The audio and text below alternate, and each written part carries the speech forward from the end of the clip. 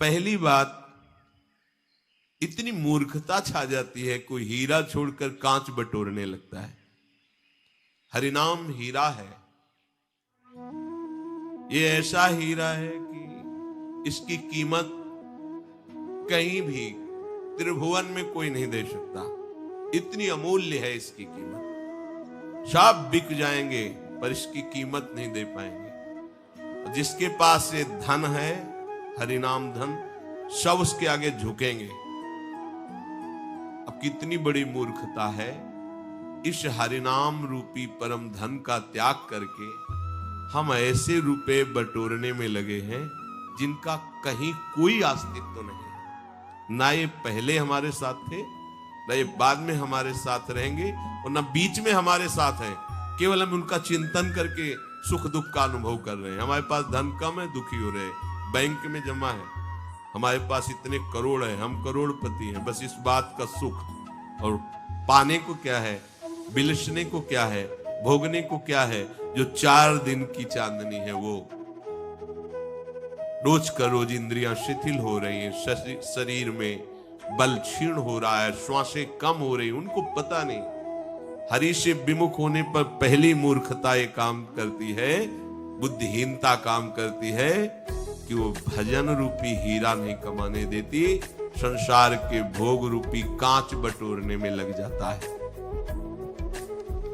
वो ऐसे विकारों की पाप पोटली बांध लेता है जो सीधे नरक पहुंचाती है। जब कामना बढ़ जाती है ना, तो ये नहीं दिखाई देता कि इनके हमें पैर छूना चाहिए, कि इनके प्रति हमें काम भाव रखना चाहिए। बुद्धि भ्रष्ट हो जाती है। जो तुम्हारे द्वारा पोषित है उन्हीं का शोषण होने लगता है। जो घोर पाप है वो सब होने लगते हैं। और ऊपर से हम ऐसे रहते, तभी करें कितने सुंदर राक्षस है, देख के आप भावना भी नहीं कर सकते कि कुछ गलत हो सकते हैं क्या।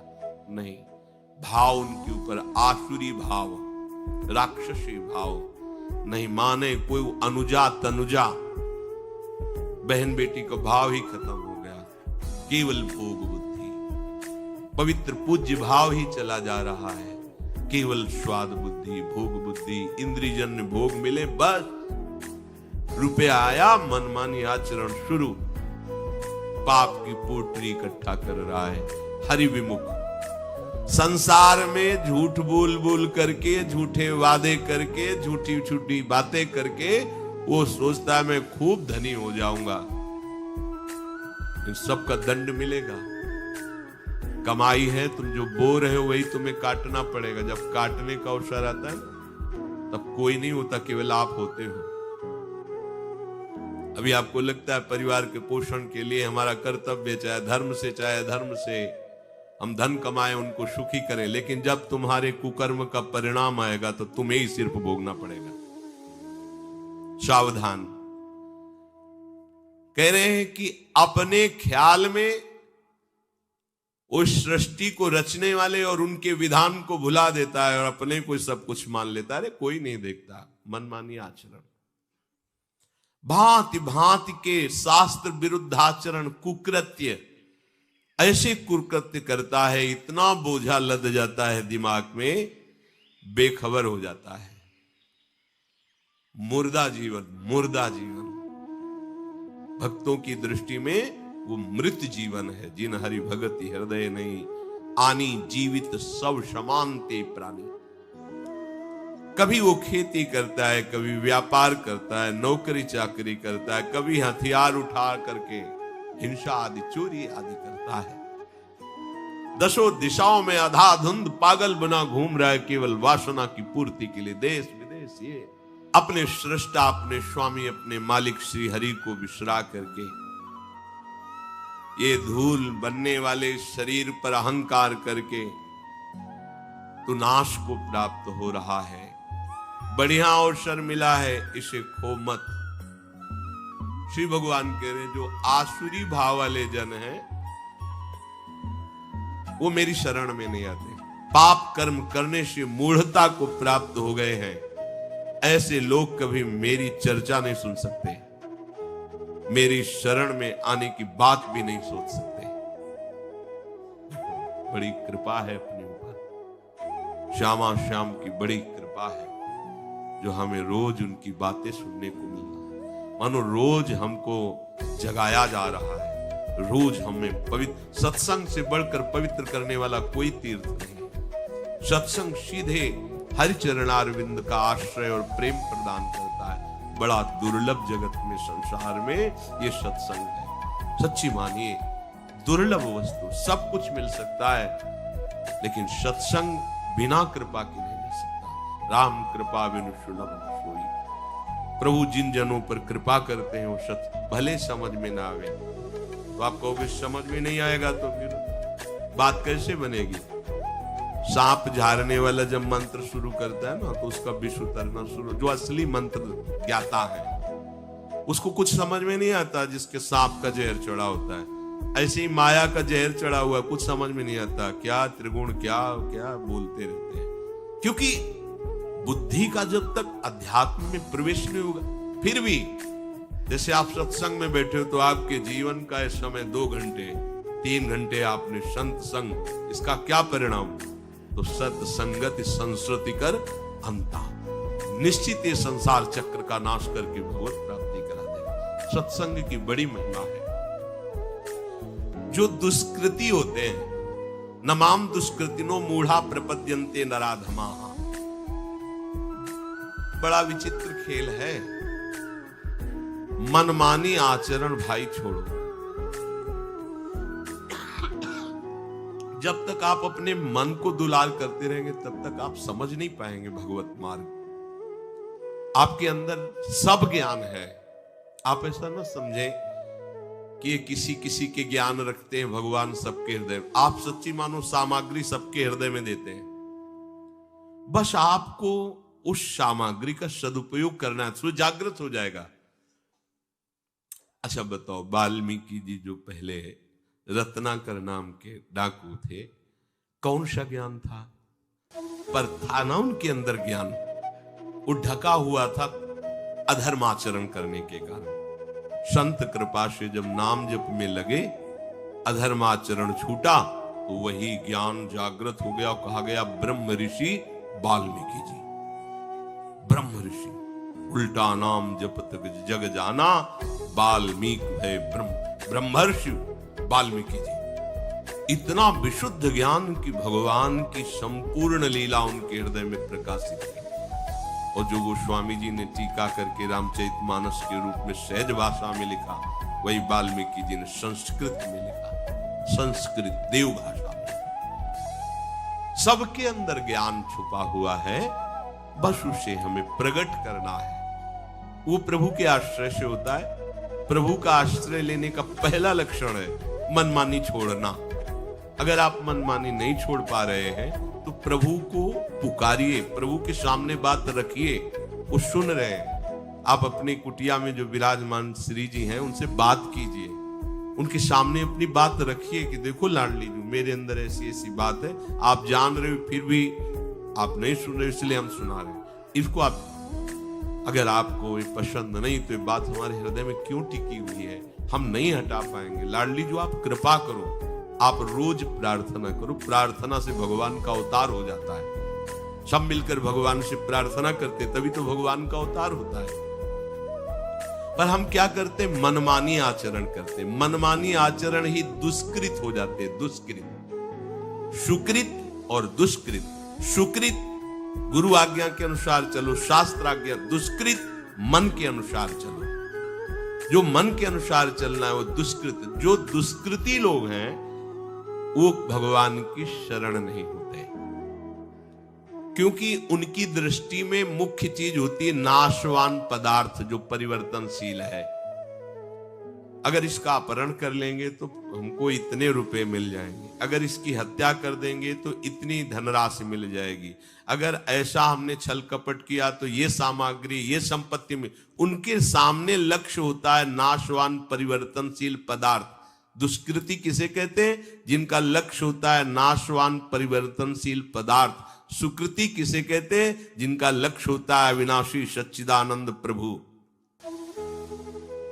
वो इतनी ममता रखते हैं सांसारिक पदार्थों में, छोटी छोटी बात में, छोटी छोटी वस्तुओं में झगड़ करके एक दूसरे के प्राण ले लेते हैं। उस वस्तु का कोई महत्व नहीं जिस पर झगड़ा हो रहा है। खेतों की मेड़ होती है, मेड़ में खुरपी से ऐसे कोई इतनी इतनी मेड़ हर साल काटता है। अब एक किसान बहुत गंभीर शांति से, ए भाई तू क्यों रोज मेड़ काटता है, इतनी काटता? झगड़ा हुआ, लाठी चली, दोनों पार्टी के मरे, मेड़ वहीं की वहीं है। मारने वाला जेल जा रहा है, मरने वाला नरक जा रहा है, कुछ नहीं आता। कैसी मूढ़ता अमूल्य जीवन को, खेती वहीं पड़ी है। इतनी मेड़ में कुछ नहीं बिगड़ता। अगर वो काट भी लेगा तो अन्न का खजाना थोड़ी पैदा कर लेगा उससे। अगर वो नहीं काटता है तो तू धनी थोड़ी हो जाएगा। धैर्य रख, देने वाला कोई और है, वो दे रहा है तुम्हारे धैर्य को। झगड़ा करने की क्या जरूरत है? वो इतनी पदार्थों में ममता रखते हैं कि वो कुछ भी कर सकते हैं। जरा जरा सी बात, जरा जरा सी वस्तु में। माता पिता बूढ़े हैं, जल्दी मर नहीं रहे, हमें अपनी कामनाओं के अनुसार सब, तो फिर विचार करते हैं कि अगर ये मरे तो प्रॉपर्टी हमारे नाम आवे।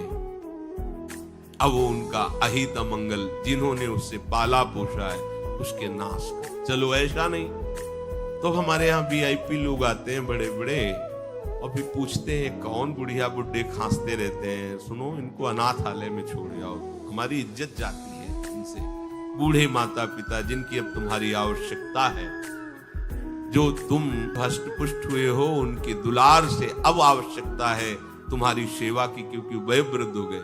उनको अनाथालय में छोड़े आए या वृद्धाश्रम में छोड़े आए, चंद रुपए जमा कर दिए, अब वो बेचारे जीवन काट रहे हैं। वो अपनी कामना ममता के इतना अधीन हो जाते हैं, वो जान नहीं पाते कि हमसे कितना पाप बन रहा है, कितना अधर्म बन रहा है। जब कोई ज्यादा हट करता है तो वयोवृद्ध जन कह देते, भैया तू चिंता मत कर, ये दस्तखत जहां जहां चाहते हैं दस्तखत करवा ले। भिक्षा मांगने इधर बिहारी जी की बगल की गली से जा रहे थे तो एक बुढ़ा बुढ़ी बैठे ऐसे रो रहे थे, अपनी अपनी पोटरी रखे। तो जब हम लौट के आए तो उनका, बाबा 2 रोटी दोगे क्या? हमने कहा आप तो गृहस्थ वेश में दिखाई दे रहे, ऐसे कैसे? तो उनका राजस्थान से हम आए, हमारे लड़कों ने भगा दिया है, हमारी जो संपत्ति थी वो लिखवा ली, जब उन्हीं के लिए थी तो हमने सोचा अब उन्होंने निकाल दिया है, कोई हमें नहीं रख रहा। वृंदावन आए हैं, भगवान की शरण में आए, बिल्कुल वयोवृद्ध तो वो जो था आप पा लीजिए। पर बहुत अंदर दुख हुआ कि इनकी सेवा करके भगवत प्राप्ति की जा सकती है। ये जो वयोवृद्ध माता पिता है, इन्हीं में भगवान की भावना करके, लेकिन कैसे करें? उनका लक्ष्य नाशवान पदार्थ है, नाशवान भोग सामग्री। सच्ची मानिए, सच्ची यदि आप अपने माता पिता की सेवा, वयोवृद्धों की सेवा कर लिए तो भगवान की सेवा है, भगवान प्रसन्न हो जाएंगे। सेवा कभी नष्ट नहीं होती, सेवा कभी ऐसा नहीं बिना फल दिए नहीं जा सकती। सेवा, किसी भी जीव की सेवा, वो आपको बड़ा फल देगी। सोचो, थोड़ी भी सेवा किसी जीव की कर दोगे तो अविनाशी हो जाएगी सेवा, वो आपको महान फल देगी।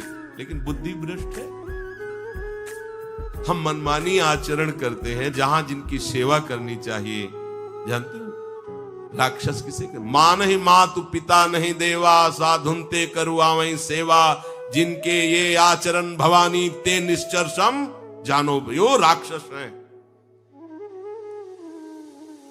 कामना पूरी होने पर लोभ होता है, कामना की पूर्ति में बाधा लगने पर क्रोध होता है। ये ऐसे आसुरी स्वभाव वाले लोभ और क्रोध के वशीभूत होकर आचरण करते ही रहते हैं। ये व्यभिचार दोष में इतने फंस जाते हैं कि ये सोच ही नहीं पाते कि ये निषिद्ध कार्य कितना हमें नरक प्रदान करेगा। पूज्य जनों के प्रति भी उनकी दोष बुद्धि हो जाती है। अरे जो हमारी माता के समान पवित्र भावना वाली, उनके प्रति हम जननी भाव रखें। वो हमारी अवस्था, वो हमारी बहनें हैं, हमसे छोटी हो, हमारी बेटी के तुल्य है, उनकी हमें रक्षा करनी है, उनके प्रति भगवत भावना करनी है, पवित्र भावना करनी। हमारे आचरण कितने गिरते चले जा रहे हैं, पशु जैसे, पशुओं से भी गिरे हुए। ऐसे लोगों के हृदय में कपट जाल रहता है। दिखावा ऐसा करेंगे कि बहुत पवित्र प्यार कर रहे हैं, दिखावे में कमी, क्योंकि कपट हृदय में रहता है, विश्वासघात उनका स्वभाव बन जाता है, बेईमानी आदि ये पापाचरण उनके जीवन में भरपूर हो जाते हैं। क्रोध के वशीभूत होकर द्वेष वैर आदि की दुर्भाव पूर्वक वृत्ति रख करके हिंसा करने में बिल्कुल नहीं हिचकते। जो भगवत विमुख है वो ऐसे राक्षसी स्वभाव के हो जाते हैं। मनुष्य शरीर दूसरों को सुख पहुंचाने के लिए, परमानंद में डूबने के लिए मिला, और योनियां तो सब भोग योनियां हैं, ये कर्म योनि है। ऐसे अच्छे कर्म करो, आप सुखी हो, औरों को सुखी करो। जिसका लक्ष्य श्री भगवान नहीं होते उसके यही आचरण होते, बाहर से वो कितना सुंदर चिकना चुपड़ा रहे, चेहरे के तेज से नहीं जाना जा सकता कि तपस्वी का है कि भोगी का है। वो एक दृष्टि होती जिसमें पहचाना जाता है कि ये तपस्या है और ये भोग है। ऐसे ऐसे भोगी जन चमक रहा है चेहरा, वो सब निकृष्ट मांस ये सब खाते हैं, ये पहचाने नहीं जा सकते। आचरण पहचान है, आपके आचरण कैसे हैं। बस प्रभु का जो आश्रय नहीं लिए, प्रभु से विमुख हैं, उनके अंदर ये माया ऐसा आकर्षण करती कि वो राक्षसी स्वभाव से युक्त हो जाते हैं। देखो ना कितना भरा क्रोध, नाक पे गुस्सा है, जरा जरा सी बात में एक दूसरे को नष्ट करने पर उतारे हो जाते हैं। थोड़ा भी क्षमा नहीं, थोड़ी भी दया नहीं, थोड़ी भी धर्मशीलता नहीं, थोड़ा भी विश्वास नहीं। जहां देखो वहां विश्वासघात। सदगुरु के साथ, संतों के साथ विश्वासघात, जरा जरा सा धन के लिए, जरा जरा सा सुख के लिए, पद प्रतिष्ठा के लिए, ये आसुरी भाव भगवान की शरणागति नहीं होने देता। जिसके हृदय में संसार सुख प्रधान है, वो माया मोहित हृदय है। बस उसका एक ही लक्ष्य रहता है, मैं खूब जीऊं, स्वस्थ रहूं और मनमानी भोगों को भोगूं। उनको यही बात जचती है। उनके मन में कभी ये बात नहीं आती कि ये सब नाशवान है, ये स्वाप्निक है। जैसे स्वप्न में भोगा हुआ सुख जब जगो तो उसका अस्तित्व ही नहीं है, ऐसे ही केवल चंद दिनों का ये जीवन है, मरोगे तो कुछ तुम्हारे हाथ नहीं लगेगा। उनको समझ में नहीं आता, इसीलिए भगवान की शरण में नहीं होते।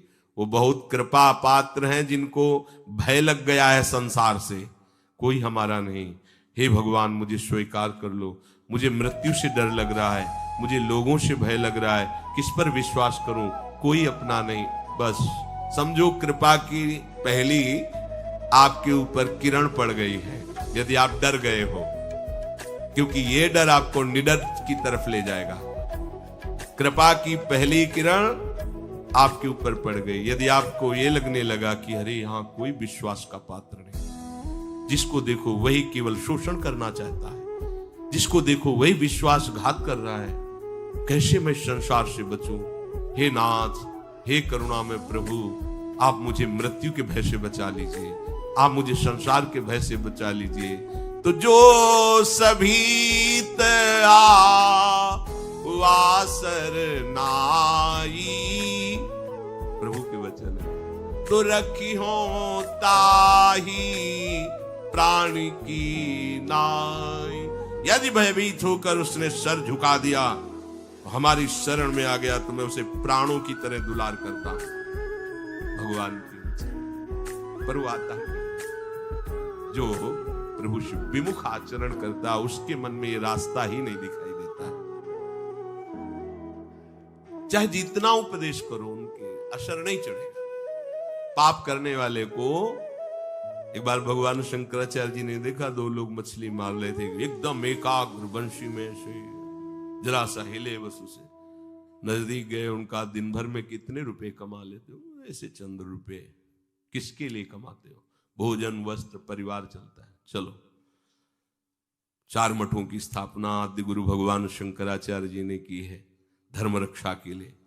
चलो तुम मठ में नारायण नारायण नाम का कीर्तन करो, जितने घंटे मछली मारते हो, जितने पैसे मिलते हैं उतने पैसे भी देंगे, भोजन भी मिलेगा, परिवार को भी भोजन ले जाना, वस्त्र भी देंगे।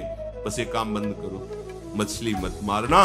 उतनी देर बैठकर तुम नारायण नारायण कहना, पूरे परिवार का भोजन देंगे, वस्त्र आते भी ले गए। जे ही वहां का भक्ति का वातावरण, भागवतिक वातावरण, उनको बैठाल के गए, वो भाग गए। फिर उनको दोबारा में क्यों बोले हमें मछली मारना चाहिए, हमें दुष्कृति के द्वारा ये भागवती का आचरण नहीं हो सकते। तमोगुण की अधिकता होने के कारण उनको ये सब अच्छा नहीं लगता, उनको सब नाटक लगता है, आडंबर लगता है। दूर से ही ऐसे कार्यों की निंदा करते हैं वो लोग, क्योंकि उनकी रुचि उधर है ना। तो इधर भागवतिक जनों की निंदा करते हैं, भगवद वार्ता की निंदा करते हैं। सार असार का ज्ञान नहीं है, नित्य अनित्य का ज्ञान नहीं, सत्य असत्य का ज्ञान नहीं, क्या ग्राह्य है क्या त्याज्य है इसका ज्ञान नहीं। वो भगवद विमुख मूढ़ दुष्कृति, उनको प्रभु की वार्ता भी अच्छी नहीं लगती। देखो कभी भगवत वही व्यर्थ की बात है, अहंकार, मैंने ये किया, मैंने वो किया, फिर मैंने ऐसा, कुछ व्यर्थ की बातें। नराधमाहा, प्रभु कहते हो मनुष्यों में सबसे नीच पुरुष है, दुष्कृति मूढ़, पशुओं से भी नीच। कम से कम पशु अपनी एक मर्यादा में रहते हैं। पशु है, भोजन पा लिया, जो सेवा उनसे करवाई जाए, जैसे बैल आदि थे तो हल जोता जाता था, जो, और वो भी उनके एक साल में एक ऋतु आती है, बस उसी ऋतु में वो कामांध होते हैं। लेकिन यहां तो मनुष्य के लिए कोई सीमा नहीं, जब जहां जैसे चाहे। पशुओं से भी गए बीते, पशु योनि भोग करके ऊपर की तरफ बढ़ता है, उच्च, और ये मनुष्य आचरण करके नीच अधम, नीचे की तरफ जाता है। ऐसे मूढ़ता पूर्वक पाप करने वाले प्राणी नरकों को प्राप्त होते हैं। भगवान कह रहे हैं अपने को संभाल लो, बहुत बढ़िया अवसर है, किसी की बात मत सुनो जो भगवत विमुख करने वाली है।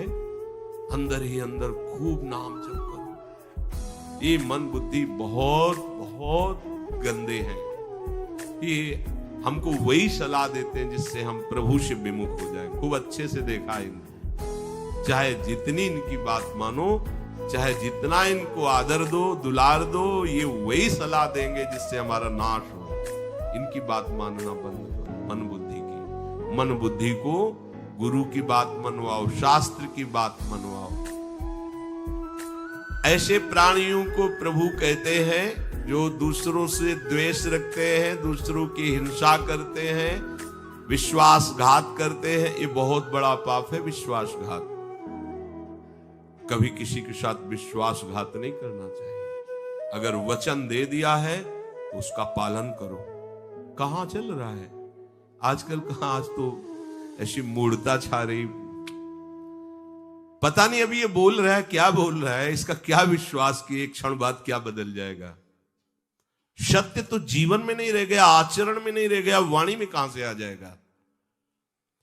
ये क्रूर संसार नराधम पुरुषों को मैं बार बार नरकों को भुगवा कर आश्री योनि में डालता हूं। भगवान कह रहे, मालिक कह रहे, ईश्वर कह रहे, वो आश्री योनियों को प्राप्त होकर घोर नरकों को जाते हैं। माया प्रहत ज्ञाना आसुरम भावमाश्रितः। प्रभु की जो तीनों गुणों वाली माया है, देखो धाम में आ गए हो, धाम का एक प्रभाव अपना है, पर अगर यहां आप पापाचरण करोगे तो उसका वृक्ष है, इधर लगाओ इधर, दोनों को, अगर उर्वरक भूमि है तो दोनों को बढ़ाएगी। एक जो है कटीला है, एक है रसीला, और उर्वरक भूमि है तो दोनों को पावर बराबर देगी। आप अगर गलत आचरण किए तो आपका जो पाप का वृक्ष है वो भी बहुत बढ़िया हरा भरा होगा, क्योंकि उर्वरक भूमि है, पावरफुल भूमि है ये। तो जानते हो यहां दंड क्या मिलता है? यही के जीव बनते हैं। आप देखो यहाँ के जीवों को क्या कष्ट नहीं है, क्या बहुत कष्ट है। जब दिखाई देता है तो लगता है भगवान मुक्त करो इसको, कितना तड़प रहा है, कई कई दिन तक उसको तड़पते देखकर। अब ये लाभ यहाँ है कि संतों की दृष्टि में, संतों का सानिध्य जो उनके हृदय में दया करुणा है, भगवान से प्रार्थना करके उसके कर्मों को नष्ट करके आगे। पर भोगना पड़ेगा प्यारे। क्या यहाँ पशु पक्षी आपको नहीं दिखाई देते जो पिस जाते हैं, जिनके हाथ पैर टूट गए, जो ऐसे सब? डरो, ऐसा नहीं कि धाम है आप खूब पापाचरण करो, अब तो धाम आ गए ना, धाम कल्याण कर देगा, हम मन मान नहीं। डरो इस बात से, ऐसा नहीं है। ये उर्वरक भूमि, जो बोओगे वही आपको काटने को मिलेगा। हाँ, धाम है इसलिए लंबा चक्र तो नहीं फंसेगा, पर अगली जो योनि मिलेगी आपको बड़ी दुखदाई मिलेगी, बड़ा कष्ट भोगना पड़ेगा, फिर इसके बाद श्री जी की प्राप्ति हो जाएगी। धाम है ना, अगली योनि में पाप नहीं बन पाएंगे। जैसे और पशु पक्षी आदि की योनियां मिली, तड़प रहा, वो क्या पाप कर सकता है? पर ऐसी दुर्गति को काहे को प्राप्त हो कि श्री जी का स्मरण नहीं, श्री जी की सेवा नहीं, और ऐसे जीव बन करके ऐसे कष्ट भोगे, फिर उसके बाद श्री जी की प्राप्ति। अच्छे से चलो। किसी धाम का नाम का बल लेकर प्रभु को प्रसन्न किया जाता है, दुराचार नहीं किया जाता। ये धाम का बल ले लिया, धाम पाप नष्ट कर देगा, हम पापाचरण कर लें। नाम का बल ले लिया, नाम पाप नष्ट कर देगा, महामहिम हम पापा। इनका बल लिया जाता है प्रभु को प्रसन्न करने के लिए। धाम के बल से, नाम के बल से, लीला गुण गायन के बल से हम अपने स्वामी को रिझा लेते हैं। ये दुराचार बढ़ावे के लिए नहीं है,